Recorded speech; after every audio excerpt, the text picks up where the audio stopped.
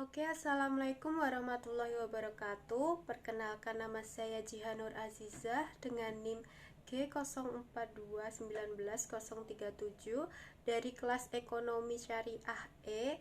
Di sini saya akan menjelaskan sedikit tentang materi saya untuk memenuhi tugas UTS. Berikut penjelasan dari saya. Hai, apa sih yang kamu tahu tentang manajemen zakat? Manajemen zakat adalah suatu pola perencanaan, pengelolaan, pendistribusian, dan pengawasan dana zakat agar lebih terstruktur dan tersalurkan secara merata dan memenuhi kemaslahatan umum. Dalam Undang-Undang Nomor 38 Tahun 1999 dinyatakan bahwa pengelolaan zakat adalah kegiatan perencanaan, pengorganisasian, pelaksanaan, dan pengawasan terhadap pengumpulan dan pendistribusian serta pendayagunaan zakat agar LPS dapat berdaya guna. Maka pengelolaan atau manajemennya harus berjalan dengan baik dan benar. Kualitas manajemen suatu organisasi pengelolaan zakat harus dapat diukur. Nah, untuk itu ada 3 kata kunci yang dapat dijadikan sebagai alat ukurnya. Yang pertama yaitu ada amanah. Sifat amanah merupakan syarat mutlak yang harus dimiliki setiap amil zakat. Nah, amanah ini merupakan sifat seseorang yang dapat dipercaya. Yang kedua ada sikap profesional. Sifat amanah belumlah cukup, harus diimbangi dengan profesionalitas pengelolanya. Yang ketiga yaitu transparan. Dengan transparannya pengelolaan zakat, maka kita menciptakan suatu sistem kontrol yang baik. Nah, yang selanjutnya ada prinsip operasionalisasi LPS. Di antara lain, yang pertama ada aspek kelembagaan. Nah, dari aspek kelembagaan ini, sebuah LPS seharusnya memperhatikan berbagai faktor, yaitu seperti visi dan misi, kedudukan dan sifat lembaga, legalitas dan struktur organisasi, dan juga aliansi strategis.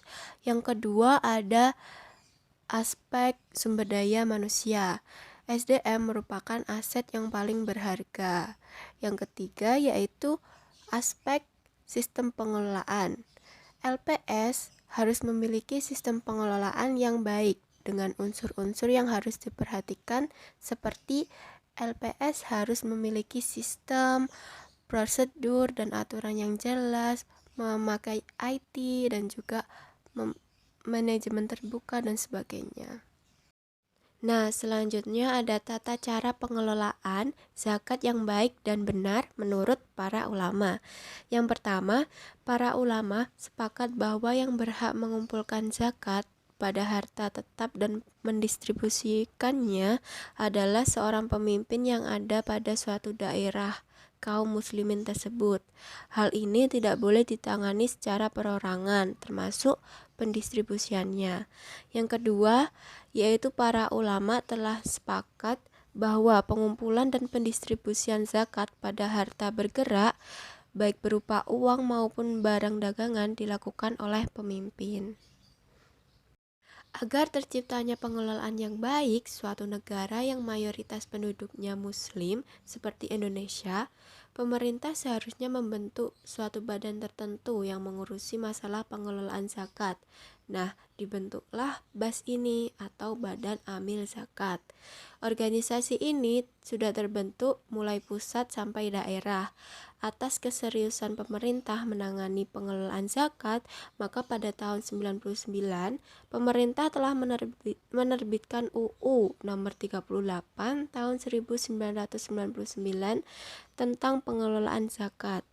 Dalam demikian, kewajiban mengumpulkan zakat di Indonesia harus dilakukan oleh amil-amil zakat. Sebelum dikeluarkannya peraturan pemerintah di atas, pola pengelolaan zakat di Indonesia telah dilakukan sejak sebelum merdeka. Ketika Indonesia merdeka, gerakan kesadaran membayar zakat telah dilakukan secara lebih baik oleh elemen-elemen masyarakat. Kesadaran ini tentunya perlu diiringi dengan tindakan real oleh segenap masyarakat untuk saling mengingatkan dan menasihati arti penting zakat bagi keselarasan hidup.